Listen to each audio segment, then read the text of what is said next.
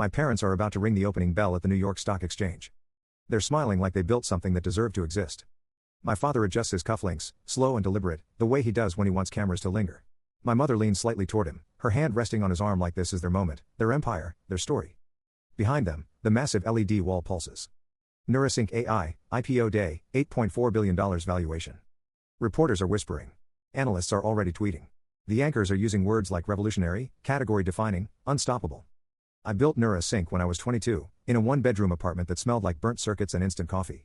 Back when no one believed neural prediction engines could stabilize real-time decision loops at scale. Back when my parents still called it your little experiment. Now they call it theirs. I check the time. 9:29 and 42 seconds. 18 seconds. There's a countdown running, but not the one on the exchange floor. Mine started 364 days ago. My phone vibrates. Caller ID, Dad. I let it ring. He's probably calling to make sure I'm watching. He always liked an audience when he won. Another vibration. This time a message. You should be proud of us. I almost laugh. Instead, I open a different screen. A terminal window. Black background. Clean. Quiet. Honest. One line is blinking. Handshake required, 0 hours and 18 seconds. Neurasync doesn't run on what they think it runs on. They believe it's a distributed AI decision engine. They believe it's resilient, self-healing, independent. They believe they understand it because they hired people with better resumes than mine. They never understood the core. They never understood me. At the center of Neurasync, buried under 7 abstraction layers and disguised as a fault tolerance protocol, is a dependency they never knew existed. A cryptographic handshake. Manual. Annual. Me. If the handshake isn't received, the system doesn't just stop. It begins a recursive integrity purge. Data collapses first. Then models. Then decision trees. Then client-facing outputs. From the outside, it looks like entropy. From the inside, it's precision. 9:29 and 50 seconds. 10 seconds. The cameras zoom in. My father places his hand on the bell rope. My mother looks out over the floor like she owns gravity. They really think this is the moment they won. My phone buzzes again. A voicemail this time. I don't play it. I already know what he sounds like when he thinks he's above me. 9:29 and 55 seconds. 5 seconds. On the exchange floor, the crowd begins counting. 5. 4. On my screen, the timer hits 0. No alarm. No warning. Just a silent shift. Handshake failed. Protocol initiated. I lean back in my chair. 3, 2, 1. The bell rings. Applause erupts. Traders cheer. Screens flash green. The stock opens strong, spiking instantly as buy orders flood in. My parents are glowing. For exactly 12 seconds. Then the first anomaly hits. A minor delay in client-side predictions. Nothing dramatic. Just enough for high-frequency systems to notice. Then a second. Latency spikes. Then a third. Prediction confidence drops across 3 major enterprise clients simultaneously. On Bloomberg, a ticker flickers. Neurasync experiencing minor technical delays, company investigating. My father's smile tightens. My mother's eyes shift, just slightly, towards someone off camera. They don't understand yet. But they feel it.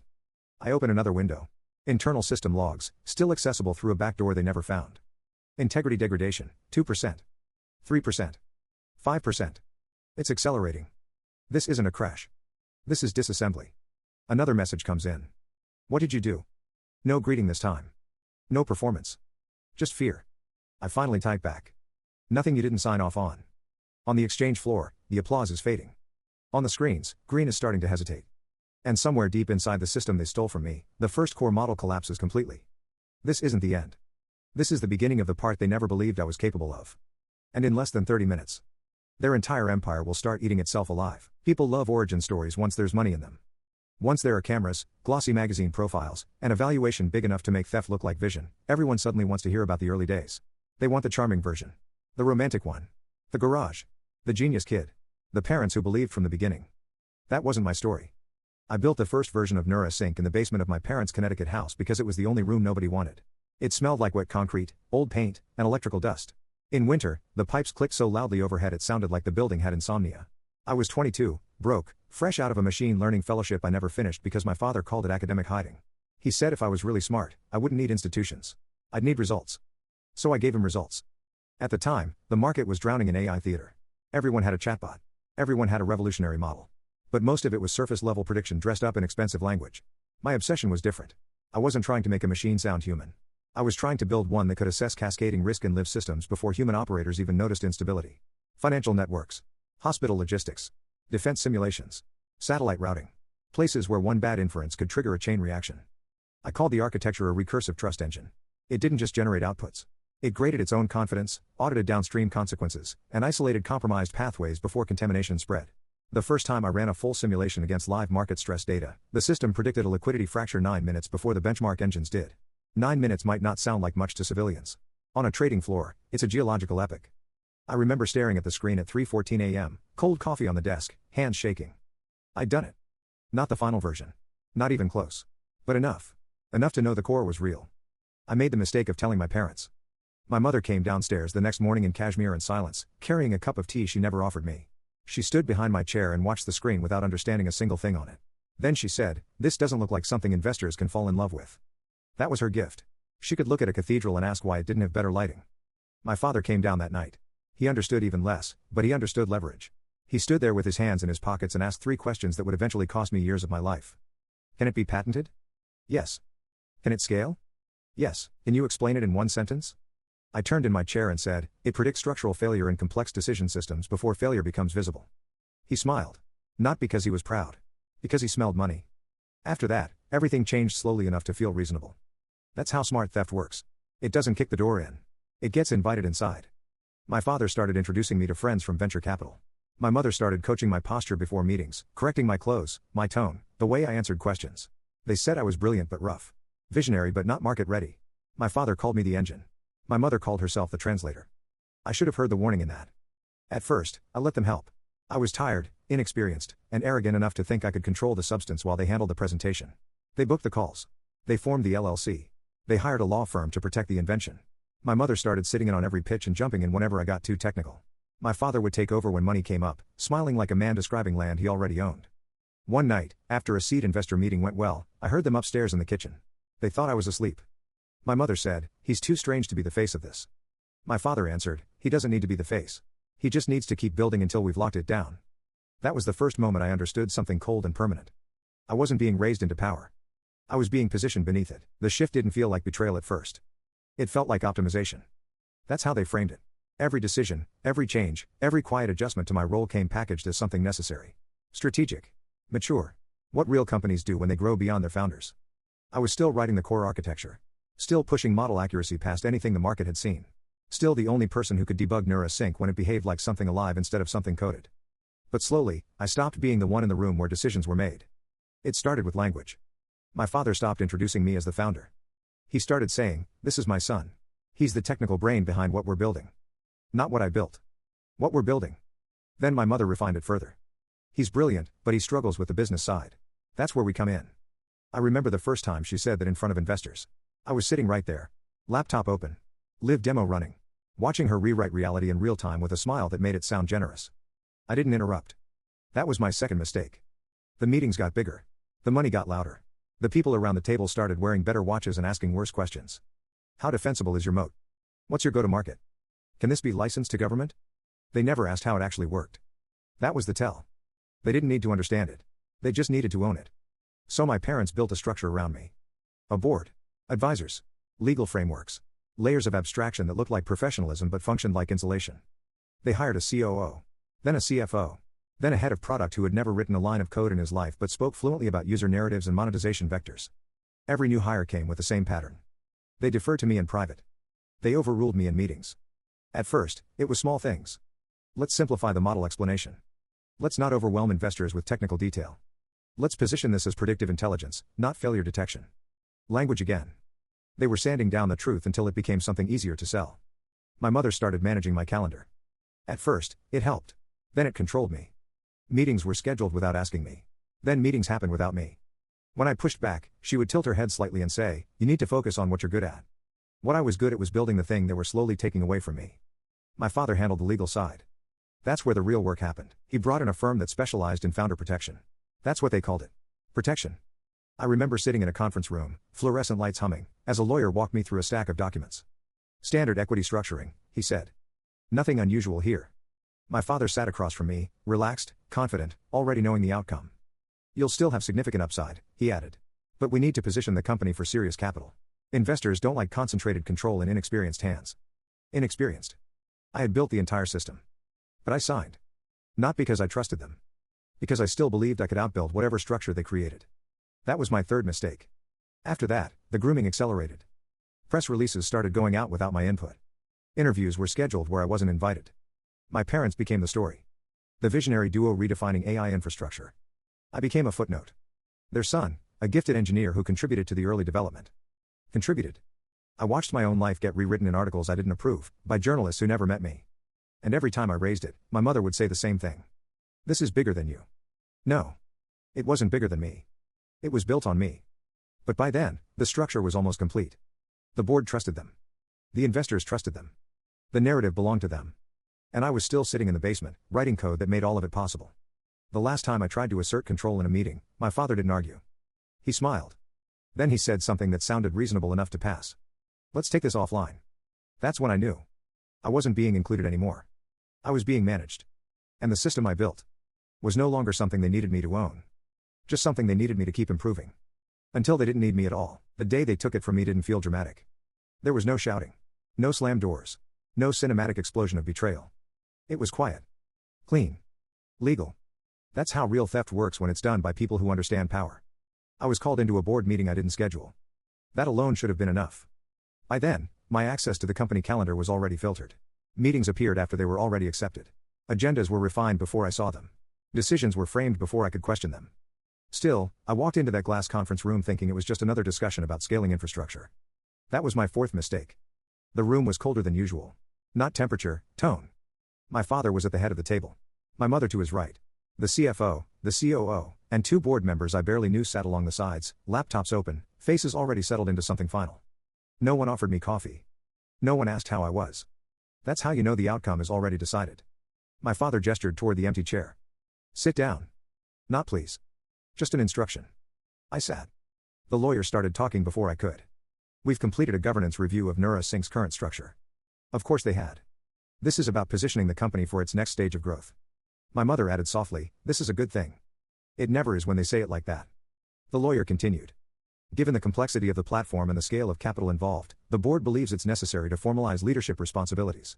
I already knew what was coming. I just didn't know how far they were willing to go. We're transitioning operational control to a professional executive team. My name wasn't mentioned. Of course it wasn't. Instead, they showed a slide. A clean organizational chart. At the top, CEO, Richard Sterling. Below that, layers of roles, clean lines, defined responsibilities. And near the bottom, almost like an afterthought. Senior Technical Advisor, me. Advisor. Not founder. Not architect. Not owner. Advisor. I looked at my father. He didn't look away.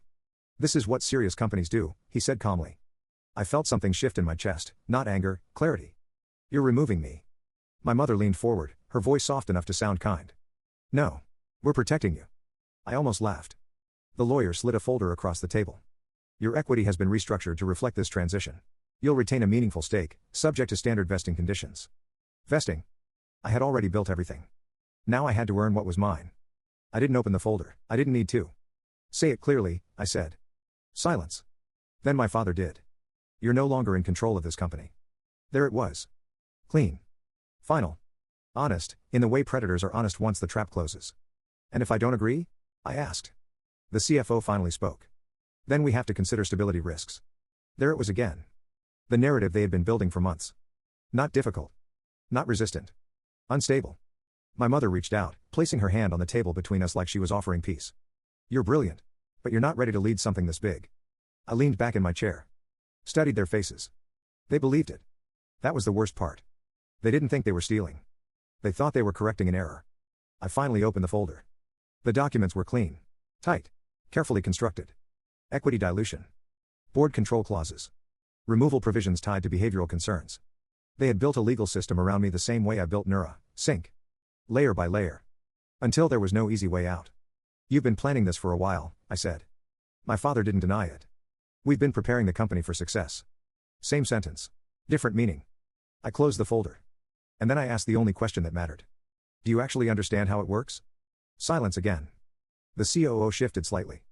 The board members avoided eye contact. My father smiled. We've hired people who do. That was the moment. The exact moment I realized something they hadn't. They didn't understand the system. And worse. They didn't even realize that not understanding it was a risk. I nodded slowly. All right. No resistance. No argument. That surprised them. It always does when you don't fight at the moment they expect you to. My mother relaxed slightly. My father leaned back, satisfied. They thought it was over. It wasn't even close. Because while they were busy restructuring ownership, they never once thought to audit the architecture. And buried deep inside the system they just took from me was something they didn't even know existed. I stood up. Congratulations, I said calmly. My father smiled. My mother exhaled. The board moved on to the next agenda item like I was already gone. And as I walked out of that room, I made a decision that would take a year to execute. I wasn't going to fight them for control. I was going to let them have it. All of it. The company. The spotlight. The valuation. The narrative. Because they were about to learn something no legal document could protect them from.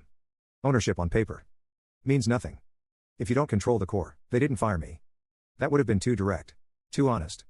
They erased me. It started 3 days after the board meeting. My access card stopped working. No warning. No email. Just a red light blinking where green used to be. The receptionist, new, polite, completely unaware, asked for my name like I was a visitor. I work here, I said. She checked her screen. Paused. I'm sorry. I don't see you in the system. Of course she didn't. By the time I walked out of the building, my company email was already disabled. Slack, gone. Internal repo access, revoked. Server credentials, rotated. They moved fast. Not because they were afraid of me. Because they had planned this. I sat in my car for a long time, staring at nothing. Not shocked. Not angry. Just recalibrating. My phone buzzed. A message from my mother. Let's not make this harder than it needs to be. I didn't reply. Instead, I opened my personal laptop. The one they didn't know about. The one that had never touched their network. The one that still had the original architecture. Not copies. Truth. I didn't open it yet. Not yet. Because first, I needed to understand the narrative they were building. And they built it fast. Within 48 hours, a press release went out. Nura, Sync announces leadership evolution as it enters next phase of growth. I read it 3 times. Not for the words. For the omissions. My name was mentioned once. Buried in the middle. Early contributor. Not founder. Not architect. Not creator. Contributor. The article framed my departure as a mutual decision. It mentioned differences in vision. It praised my technical curiosity like I was a talented intern who had outgrown his role. Then came the interviews. My father on CNBC. My mother in Forbes. They told the story like it had always been theirs. They talked about identifying a gap in the market. They talked about building a world-class team. They talked about bringing in expertise where needed. And when my name came up, my father smiled slightly and said, he was a gifted young engineer, but leadership at this level requires a different kind of discipline. Translation, I wasn't fit. That was the message. Not incompetent. Unstable. Immature. Unreliable. It's a subtle difference. But in business, it's lethal. Investors don't fear incompetence. They fear unpredictability. My mother handled the emotional angle. He needed space, she said gently in an interview. We wanted to protect him from the pressure. Protect me. By removing me from my own company. The story spread quickly. Tech blogs picked it up. Then mainstream outlets. The narrative was clean, simple, believable. Brilliant but difficult founder. Experienced leadership steps in. Company moves forward. Happens all the time. That's what made it dangerous. Because it sounded normal. No one questions normal. Friends stopped calling. Not because they didn't care. Because they didn't know what was true. Some sent messages. Hey, hope you're okay. Heard what happened. Rough. No one asked what actually happened. By the end of the week, I was no longer part of Nura, Sync. Not legally. Not publicly. Not socially. I had been removed from the story. Rewritten out of it. Like I was a draft they decided not to publish. And for a while, I let it happen. I rented a small apartment downtown. No view. No noise. Just enough space for a desk, a bed, and a clean line of thought. I stopped checking the news. Stopped responding to messages. Stopped defending myself. Because defense implies weakness. And I wasn't weak. I was early. Every night, I sat at that desk with the same laptop. The real one. The one that held the original system. The one they never audited. I didn't rush. I didn't react. I studied. Their updates. Their hires. Their infrastructure changes. Every patch they pushed. Every dependency they added. Every assumption they made. They thought removing me removed the risk. That was their biggest mistake. Because they didn't remove me from the system. They just removed themselves from understanding it. And deep inside Nura, Sync. Under layers they didn't even know existed. Something was still waiting. Not a bug. Not a backdoor. A condition. A requirement. A single point of truth they had never seen. I hadn't built it as revenge. I built it as control. Something every system like this needs. A final authority. A human checkpoint. A way to prevent misuse at scale. They called it self-sustaining. It never was. It just looked that way. Because they never asked the right question. What happens if the original architect is gone? Now they were about to find out. But not yet. Not immediately. Because the most effective collapse is the one that happens at the peak. And they were getting close. Very close. The interviews were getting bigger. The valuation was climbing. The IPO rumors started circulating. And I knew exactly when to let them fall. Exile isn't loud. There's no announcement for it. No clean cut between who you were and what you become. It's just silence. Stretching longer than you expected. The first month after they erased me, I did nothing visible. No counterstatements. No leaks. No angry posts trying to reclaim credit from people who had already decided not to listen. I disappeared. That's what made them comfortable. Because in their world, visibility equals power. If you're not seen, you don't exist. If you're not talking, you've accepted defeat. They mistook silence for surrender. I let them. My apartment became a control room. One desk. 3 screens. No distractions. I rebuilt my environment from scratch, isolated systems, clean networks, independent storage. No traceable connections to anything tied to NeuraSync. Everything air-gapped or routed through layers they didn't even know to look for. Not because I was hiding. Because I was watching. NeuraSync was evolving without me. That part fascinated me more than anything else. They hired aggressively. Ex-Google, ex-OpenAI, ex-defense contractors. People with perfect resumes and impressive vocabulary. People who could explain the system in slides but had never felt the architecture from the inside. They were optimizing the surface. Refactoring interfaces. Improving dashboards. Scaling deployment pipelines. From the outside, it looked like progress. From the inside, it was drift. They didn't understand the system's original philosophy. NeuraSync wasn't built to maximize output. It was built to preserve integrity under pressure. Every layer depended on that. Every decision loop assumed a final authority that could override cascading failure. Me. Without that anchor, the system still functioned, but differently. Subtly. Dangerously. I started tracking anomalies. Not failures. Patterns. Micro deviations in prediction confidence under stress. Latency spikes that didn't correlate with load. Decision loops that took slightly longer to stabilize than they should. Nothing catastrophic. Not yet. But consistent. Like a structure developing hairline fractures before the collapse. I logged everything. Timestamped. Cross-referenced. Modeled. Because when the moment came, I didn't want chaos. I wanted precision. Meanwhile, their world was accelerating. Funding rounds closed at higher valuations. Media coverage turned from curiosity to obsession. They weren't just another AI company anymore. They were the AI company. NeuraSync is redefining predictive intelligence. NeuraSync could become the backbone of global decision infrastructure. I read those headlines without emotion. Because I knew something they didn't. They weren't scaling a stable system, they were scaling a dependency they didn't know existed. My father gave interviews like a man who had never been wrong in his life. My mother curated the narrative with surgical precision. Photoshoots. Panels. Thought leadership pieces. She controlled perception the same way I controlled architecture. Except hers was built on illusion. Mine wasn't. Then the IPO announcement dropped. Clean. Aggressive. Perfectly timed. NeuraSync files for public offering. Target valuation, $8 to $10 billion. That was the moment. Not when they removed me. Not when they rewrote the story. This was the peak. Public markets change everything. Private mistakes can be managed. Public failures get priced. Instantly. Brutally. Irreversibly. I pulled up the system logs again.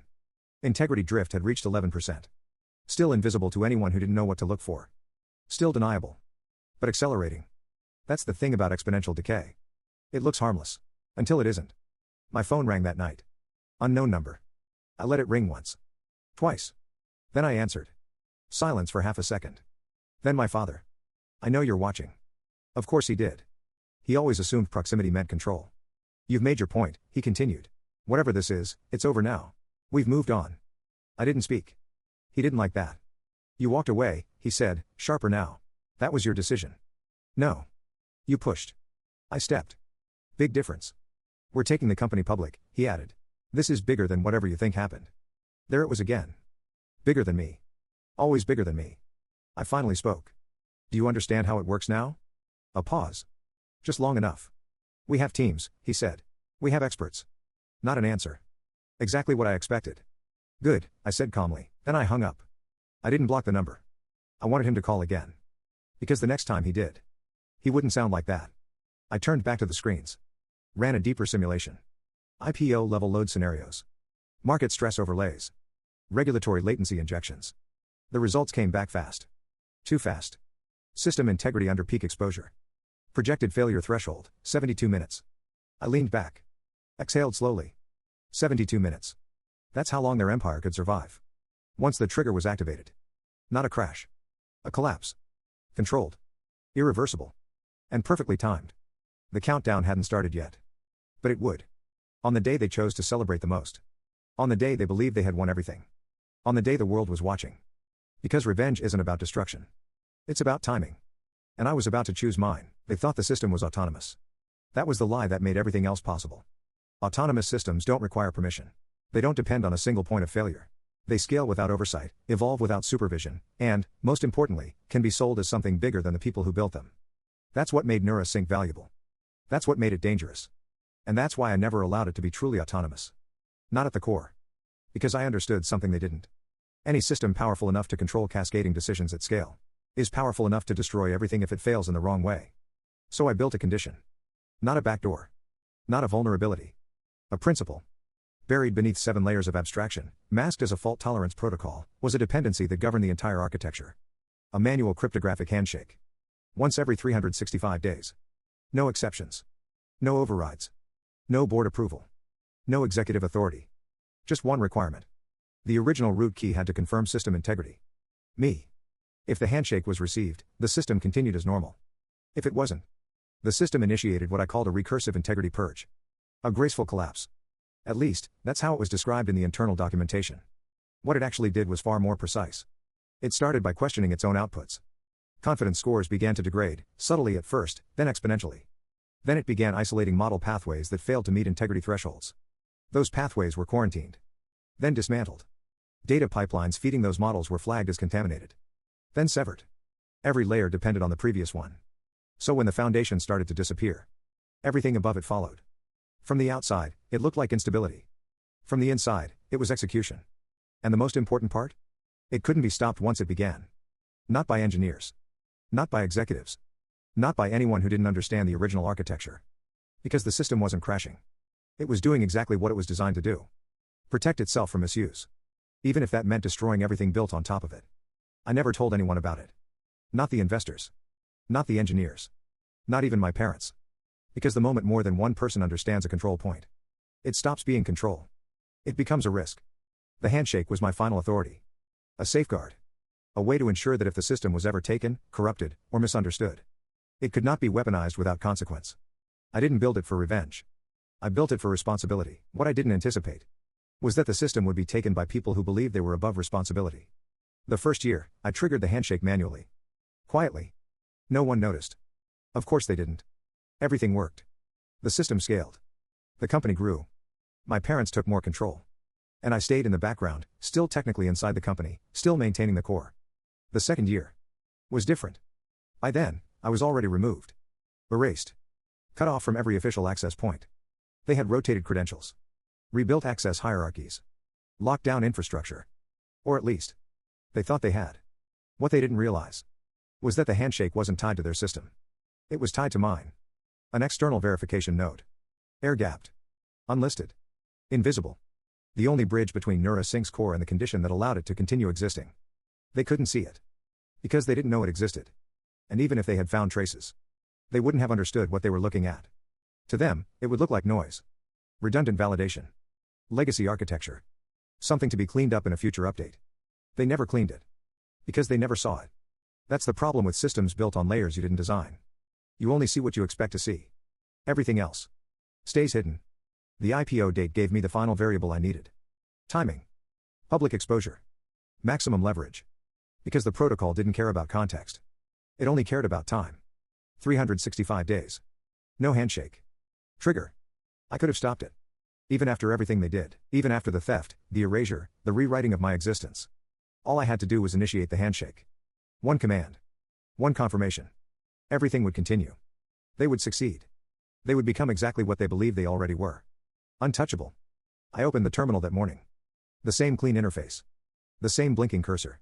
The same line waiting for input. Initiate handshake? I stared at it for a long time. Not because I was unsure. Because I wanted to be precise. Revenge without control is chaos. And I don't create chaos. I design outcomes. I thought about the basement.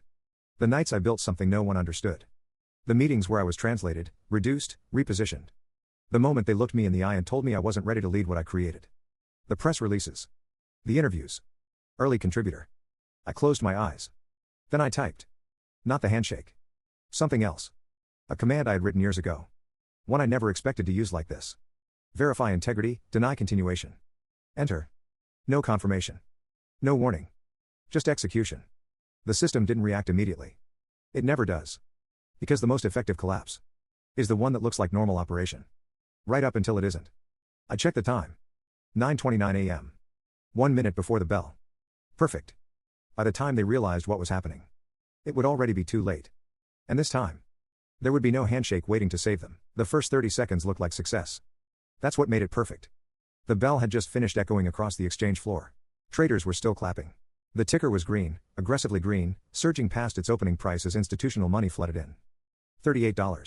$41. $44. Applause turned into noise. Noise turned into momentum. On CNBC, the anchor was already smiling. Nura, Sync is off to an explosive start. Then she paused. Not long. Just enough. The kind of pause that doesn't belong in a live broadcast. Behind her, one of the data feeds flickered. Not a full drop, just a delayed refresh. Most people wouldn't notice. But the ones who mattered did. High-frequency desks rely on timing more than price. And timing had just slipped. I watched it happen in real time from my screen.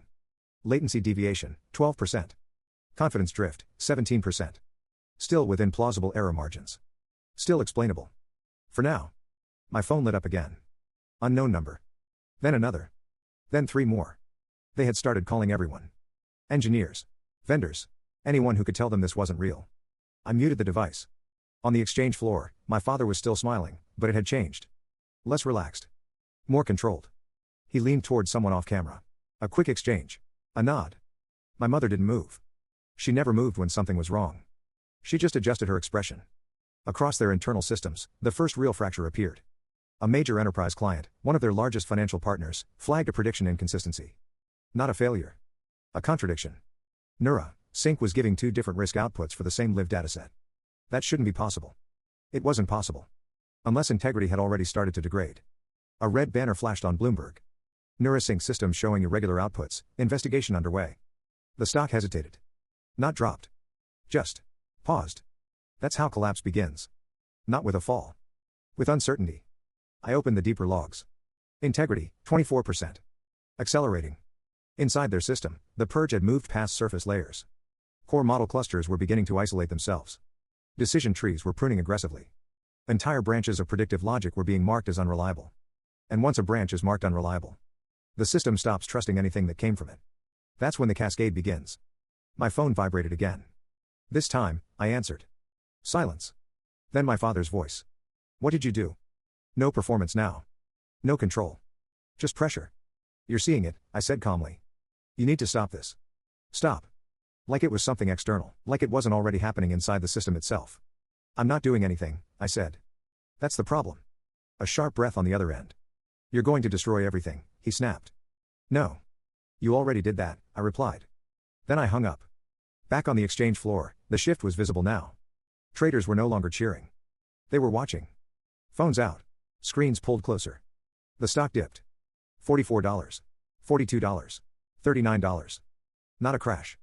A correction. Still recoverable. Still deniable. That's what they were hoping. Inside the company, emergency protocols were activating. Engineers scrambling. Patches being prepared. Rollback attempts initiated. None of it would work. Because they weren't fixing a bug, they were trying to override a decision the system had already made. Integrity, 38%. The second major client flagged an issue. Then the third. Different industries. Different use cases. Same pattern. Contradiction. Instability. Loss of confidence. That's when the market reacted. Not to the failure. To the pattern. $39. $35. $31. The anchor on CNBC was no longer smiling. We're seeing unexpected volatility in Nura Sync, sources are indicating potential system-wide anomalies. My mother stepped away from the cameras. Finally. She moved fast now, heels sharp against the floor, already on the phone. Managing perception. Trying to contain something that couldn't be contained. Because perception only works when reality cooperates. And reality had already moved on. I checked the timer. 22 minutes since activation. Projected failure threshold, 72 minutes. We were ahead of schedule. Good. Inside the system, the purge reached the core validation layer. That was the point of no return. From here, every attempt to stabilize the system would accelerate the collapse. Because the system now viewed intervention itself as contamination. It would isolate it. Reject it. Dismantle it. I opened one final log. A message I had written years ago. Never meant to be seen. Until now. If you're reading this, the system has already decided you don't understand it. I leaned back. Watched the numbers fall. $31. $26. $22. Panic was no longer internal. It was public. And this was only the beginning. Because in less than an hour, they wouldn't just be losing money. They'd be losing everything they built their lie on. And for the first time, they were about to understand what it feels like to be completely out of control. By minute 30, the market stopped pretending. The stock wasn't correcting anymore. It was unraveling. $22. $18. $14. Circuit breakers triggered once. Then again. Each pause bought them seconds. Seconds they didn't know how to use. On CNBC, the language had shifted. Unprecedented instability. System-wide integrity concerns. Potential structural failure. Careful words. Polite words. But behind them, the meaning was clear. No one trusted NeuroSync anymore. And without trust, it wasn't worth anything. My phone rang again. I answered this time. My mother. No greeting. No performance. Fix it. Just that. Direct. Desperate. I let the silence stretch. You don't understand what's happening, she continued, voice tighter now. This is bigger than me? I finished. A pause. Longer this time. Yes, she said finally. Of course. Always. It's not bigger than me, I replied calmly. It's built on something you don't control. We can negotiate, she said quickly. There it was. Not denial. Not arrogance. Transition. Panic dressed as strategy. You already negotiated, I said.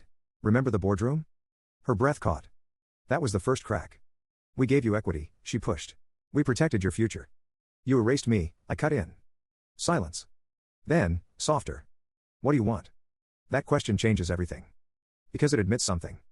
They don't have leverage anymore. I stood up from my chair. Walked to the window. The city below looked normal. Cars moving. People crossing streets. Coffee shops open. No one down there knew a multi-billion-dollar company was collapsing in real time. That's the thing about real power. It breaks quietly first. I want nothing from you, I said. That confused her. Then stop this. I can't. Technically true. Because the moment had already passed. You built it, she snapped. You can shut it down. No, I said calmly. I built it so it can't be stopped once it decides. Another pause. Then, finally, the question she should have asked years ago. What did you build? Too late. You'll understand soon, I said. Then I hung up. I didn't block her. I wanted them to keep calling. Because each call would sound different. And I wanted to hear every stage. Back on the market, the second circuit breaker hit. Trading halted. Again. The ticker froze at $9.80. From $44 in less than 40 minutes. Billions erased. Not lost. Erased. Inside NeuroSync, the purge reached terminal acceleration. Integrity, 61%. At this stage, the system wasn't just degrading. It was rejecting itself. Entire model clusters went dark. Client dashboards started returning null outputs. Decision engines began defaulting to safe states. Which, in financial systems, means no action. Which, in real markets, means paralysis. And paralysis is more dangerous than failure. Because it forces humans to step in. And humans don't trust systems that hesitate. My screen lit up with something new. A message routed through a channel I thought they had already closed. Internal priority override. For my father. Of course. He found a way. Or thought he did. The message was short. We need to talk. Now. No anger. No arrogance. Just urgency. Good. I replied with a location. Not their office. Not the exchange. A neutral place. A private conference room in a building I used to rent space in years ago. He responded instantly. On my way. Of course he was. Because now. He was the one being summoned. I checked the time. 48 minutes since activation. 24 minutes until projected total collapse. Enough time. I shut down my screens. Closed the laptop. Not because I was done. Because the system didn't need me anymore. It was executing exactly as designed. This part was personal. When I arrived, he was already there. Standing. Pacing. No cameras. No audience. Just him. For the first time in years. He looked smaller. Not physically. Structurally. Like something holding him up had been removed. He turned when I walked in. What did you do? He asked again. Same question. Different tone. Now it was an accusation. It was need. I closed the door behind me. Walked past him, sat down. You remember the basement? I asked. He frowned. This isn't the time. It's exactly the time. I looked at him. Really looked. The man who taught me leverage. Who taught me control. Who thought those lessons only applied one way. I built something you never understood, I said calmly. And you took it anyway. We scaled it, he shot back. We made it real. You monetized it, I corrected. A flash of anger. Good. Still there. Still human. You're destroying everything, he said. No, I replied. I'm letting it do what it was designed to do. He stared at me. Searching for something. A weakness. A reversal. There wasn't one. Tell me how to stop it, he said finally. There it was. The moment. Not the collapse. Not the market crash. This. The realization. The shift in power. I leaned forward slightly. Calm. Precise. You can't. Silence filled the room. Heavy. Final. And in that silence. For the first time. He understood. He never owned the company. He never controlled the system. He never had power. He just had access. And access can be revoked. I checked my watch. 12 minutes left. Outside, the world was already reacting. Regulators. Media. Investors. Inside the system. The final stage was beginning. And in less than 15 minutes. There wouldn't be anything left for them to hold on to. At minute 69, the system stopped pretending to be recoverable. Not a crash. A conclusion. Inside NeuroSync, the last validation layer failed its own audit. That was the design. If the system could no longer guarantee integrity, it would not continue operating in a degraded state. It would dismantle itself rather than lie. Integrity, 97%, then a pause. Then. Integrity violation, terminal state initiated. Across client dashboards, the outputs didn't glitch. They went quiet. No predictions. No signals. No risk scores. Just empty fields and a single line of text. System integrity cannot be verified. That was worse than failure. Failure can be explained. This couldn't. On the exchange, trading resumed for a final time. The stock opened into vacuum. No bid strong enough to hold it. No buyers willing to trust it. $9.80. $6.40. $3.10. $1.22. Then it hit pennies. Circuit breakers didn't matter anymore. There was nothing left to protect. Within minutes, the exchange halted it indefinitely. Not volatility. Uncertainty. The most expensive word in the market. I stood in the conference room, watching the reflection of my father in the glass as his phone kept lighting up. Lawyers. Board members. Investors who had just lost more than money. His posture had changed. No longer pacing. No longer commanding. Just reacting. What happens now? He asked. Not as a CEO. As a man who had finally run out of moves. Now? I said. I checked my watch. Minute 72. Right on schedule. Now the consequences start. Almost on cue, his phone rang again. He answered. Listened. Didn't speak. Then slowly lowered it. They're suspending the offering, he said. Of course they were. No, I corrected quietly. They're suspending you. He looked at me, confused. Then the second call came in. Then the third. Each one shorter than the last. Because the situation wasn't evolving anymore. It was collapsing. The board is calling an emergency session, he said. They should, I replied. They're asking where you are. That almost made me smile. Now they are. For the first time since I walked in, he sat down. Hard. Like gravity had finally noticed him. You planned this, he said. Not accusing. Recognizing. No, I said calmly. I planned a system that couldn't be abused. You knew this would happen. I knew this was possible. There's a difference. One is revenge. The other is design. He leaned forward, elbows on his knees, hands clasped. What do you want now? The same question his wife asked. But this time. It sounded different. Not desperate. Empty. I stood up, walked to the table. Placed a single folder in front of him. Paper. Not digital. Because some things need weight. What is this? He asked. The part you never checked, I said. He opened it. Inside. Original architecture documentation. Authorship logs. Timestamp commits tied to my identity. The root key structure. The dependency chain. And one more thing. A clause. Buried in the early IP filings they rushed through without understanding. A reversion trigger. If the system entered a terminal integrity state due to misuse or unauthorized governance restructuring. Control of the core intellectual property reverted to the original architect. Me. He looked up slowly. You're saying. I'm not saying anything, I cut in. I'm showing you what you signed. His hands tightened around the paper. For the first time. He wasn't the one holding the leverage in a room. You built this into the system, he said. I built accountability into the system, I corrected. There it is again. The difference. You're taking everything, he said. No anger. Just realization. I shook my head. No. I let that sit for a second. Then. I'm taking back what was mine. Outside, the world had already moved. Regulators were opening inquiries. Class action firms were drafting filings. Media outlets were rewriting the story in real time. Not visionary founders anymore. Now. Leadership under scrutiny. Questions around governance. Undisclosed system dependencies. Language changes fast when money disappears. My father stared at the documents like they might rearrange themselves into something he could win against. They didn't. Because this wasn't a negotiation anymore. It was an outcome. What happens to us? He asked. That question wasn't about business. It never is at the end. I thought about it for a moment. Not emotionally. Structurally. You face what comes, I said. Legal. Financial. Public. I didn't add anything else. I didn't need to. He already understood. Because he taught me how this world works. And now he was finally inside it. Without control. I picked up my coat. Walked to the door. Paused. Then looked back at him. For a moment. Not as an adversary. As the man who once stood over my shoulder in a basement and asked if it could scale. It did, I said.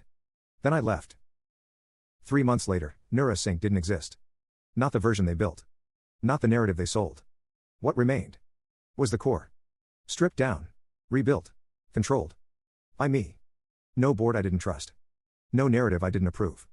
No system that could be misunderstood by people who thought ownership meant comprehension. I didn't take it public again. Not immediately. Instead, I rebuilt it smaller. Stronger. Focused. I chose clients carefully. People who understood that power without integrity is just delayed failure. I hired differently. Not resumes. Not titles. People who asked the right questions. People who respected what they didn't understand. And the first thing I did was remove the need for a single point of authority. Including myself. Because control isn't about holding power forever. It's about making sure it can't be abused when you're gone. The system still runs. Better than before. Safer than before. And this time. It doesn't depend on trust. It enforces it. Sometimes, I still see my parents' names in the news. Not on business channels. Different sections. Legal. Regulatory. Consequences. I don't follow closely. I don't need to. Because this was never about watching them fall. It was about making sure what I built could never be used the way they tried to use it again. They wanted control without understanding. They got exposure instead. And me? I didn't win. Winning implies a game. This wasn't a game. This was correction. And now, for the first time, the system is finally doing what it was always meant to do. Protect what matters. Even if it has to burn everything else to get there.